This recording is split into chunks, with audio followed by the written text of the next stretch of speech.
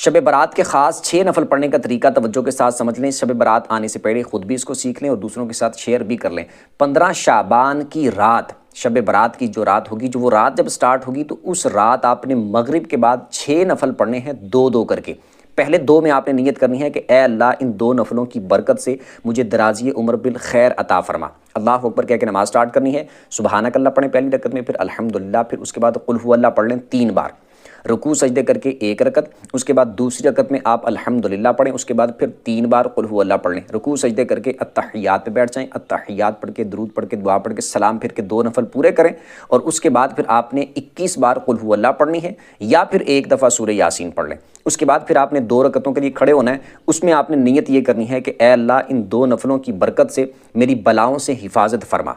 उसके बाद आपने उसी तरह सेम जिस तरह पहले मैंने बताया 2 नफल पढ़ने हैं, सेम उसी तरीके के मुताबिक।